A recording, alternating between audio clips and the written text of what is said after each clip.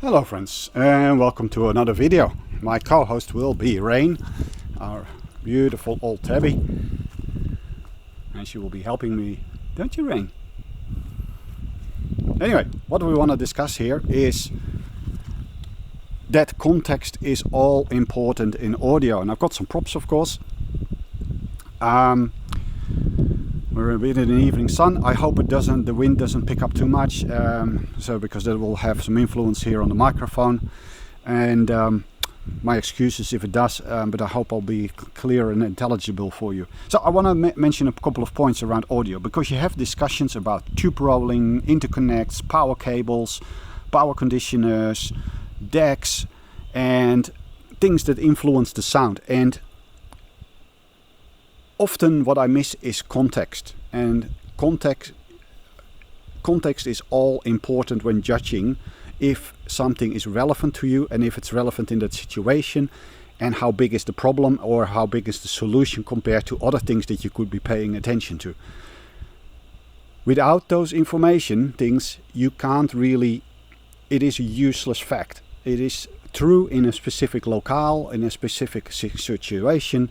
And I will try to illustrate it, and you will be spending, if you don't pay attention to these, you will be spending way too much money on all kinds of silly things. And what I will be discussing and mentioning to you is things to pay attention to, so that you can filter, the wheat from the chaff, and just really feel and the sense, so that you get a sense of proportion, and that you know where somebody is coming from and whether it's relevant to a certain topic. Because else you just end up in these silly binary discussions where something is good or it's bad, and really it is very silly. And especially when you get into topics like, for example, power cables or interconnects and their influence on the sound. And it's not that people are lying, but sometimes they have an agenda, and sometimes they want to parade their parading thing, which might be true for them, and sometimes it's a commercial reason. But I'll tell you the things. One thing to mention though in audio: usually everything makes a difference. Don't go be a flat earther. Sorry for those flat earthers, but don't do that.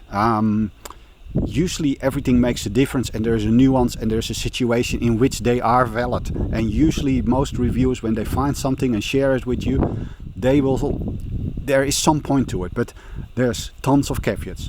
Example, let me illustrate. Reverse osmosis water filter. Beautiful filter. If I would describe this thing, I can measure it. I can measure how much chlorine it lets through, how much fluorine, borium, lots of things. Because what it does is reverse osmosis. A water molecule is quite small, and if you have a very porous surface, you can stream water with pressure on it, and then only the water molecules goes through, and the rest flows off to an exit, and just self-cleans the filter while it's passing over that filter. Now, very good filter. It's able to remove a lot. Of course, anything that is smaller than a water molecule will also get through, but we also have some other stages that can do extra filtering with carbon filters. However, I can measure it, I can rate it, I can give it 9.5 out of 10. All good. And you know what? This thing is unusable in my situation, and I'll tell you why. There. It's a 50,000 water rainwater tank.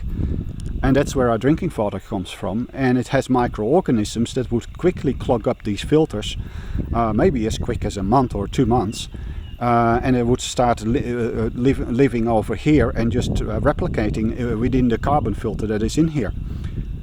So with all the specs, with all the measurements, with all that this thing can do, it's a good filter. However, absolutely irrelevant for my situation.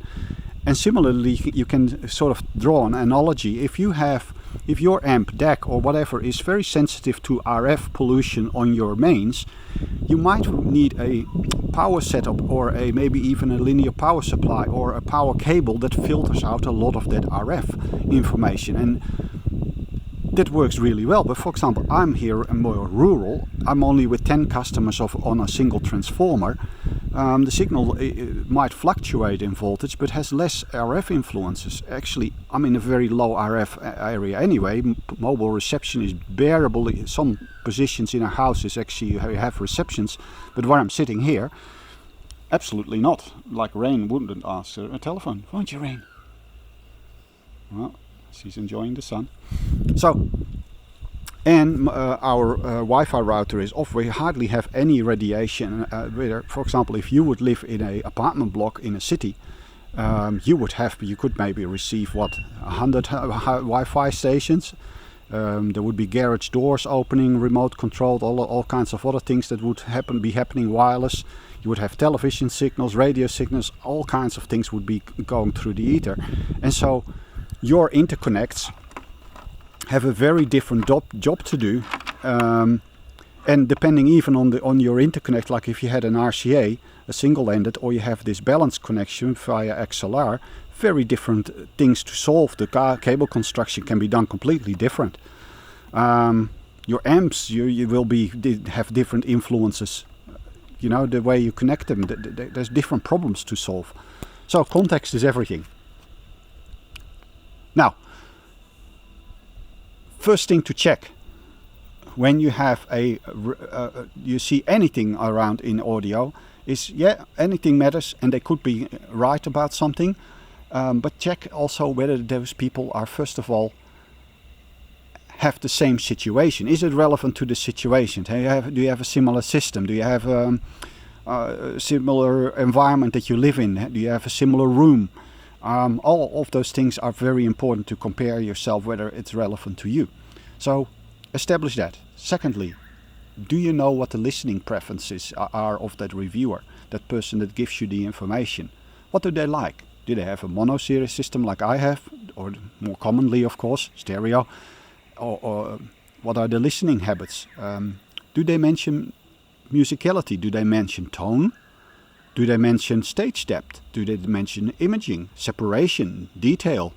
Or do they mention something else? Is it somebody who plays an instrument and about tone?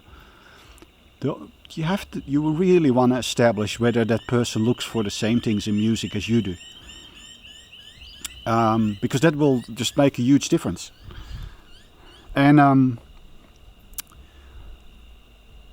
then also establish whether that reviewer has a depth of experience. For example, if you take Danny from GR Research, he talks about power cables, but he also comes from a situation where he had to set up, and acoustics, where he had to set up their show rig in hotel rooms, and then he won prizes even for the best sound.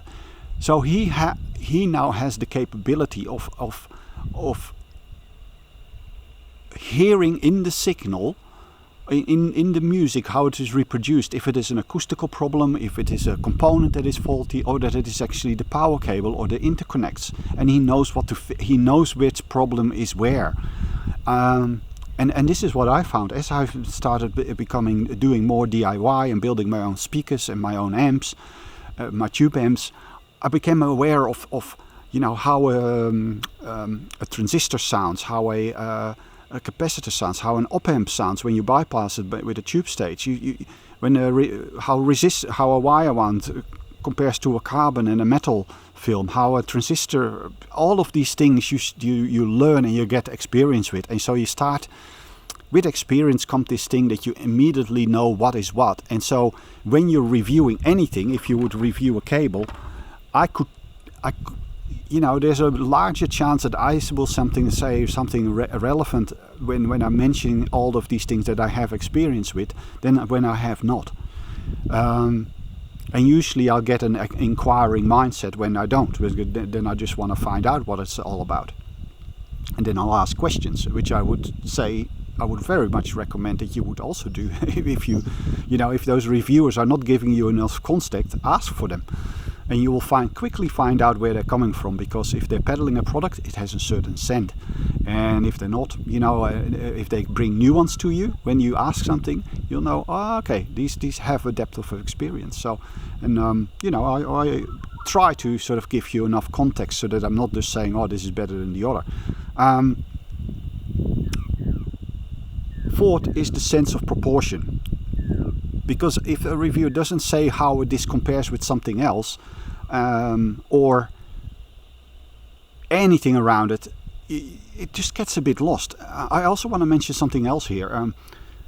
Tube rolling. So with tube, when you change a tube, it's not only that it's highly specific. When you change a tube, you get a different manufacturer who use different materials inside the tube, maybe, or a slightly different construction. And you get a different operating point, so there might be less or more current flowing. It might just have a bit more gain or a bit less gain. All of these things interact with other parts of the amp. So your amp will, if somebody says this is the greatest tube ever of this version, this is the 6, 6, and 7 that is the best.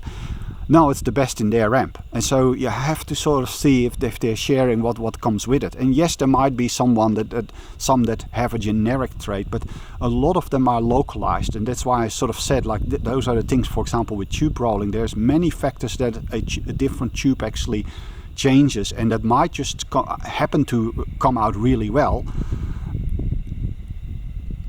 But it's not necessarily a generic thing. So check those things. So what we have, let's summarize. So we had the reviewers, the depth of experience, the specific location, the context. Sense of scale and proportion. You have to sort of also see, because let's talk about bottlenecks. Because if you had an interconnect and you swap it out with another interconnect, and it doesn't make a difference, you can discard. You can just go like, see, it doesn't make a difference. It also could mean, of course, that the component afterwards, because remember my number one rule. My number one rule is everything makes a difference in audio. However, you don't know the scale of it. So that's to find out. And it also could be that your device that you have connected afterwards is completely incapable of speaking to you in such a way to show you the difference.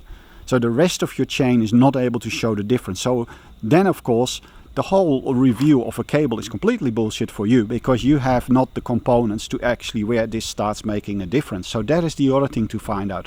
When is it starting to make a difference that you should be paying attention?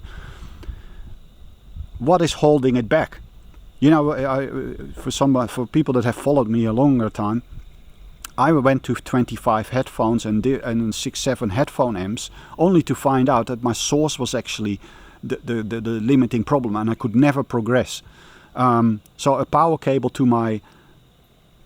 a different power cable to my amplifier wouldn't have made a difference, but a different cable to my deck might have, because that was the limiting factor. It was only until I got a turntable that my nose was put into the fact that was my limiting factor, not my tube amp designs, not the headphones necessarily. And after that, I got I would rate my headphones completely different once I had solved because they were not the limitations. So some were dealing better with the limitation that was in front of it than others. But once that source problem was resolved, for example, my HD 600 from Sennheiser raised to new heights.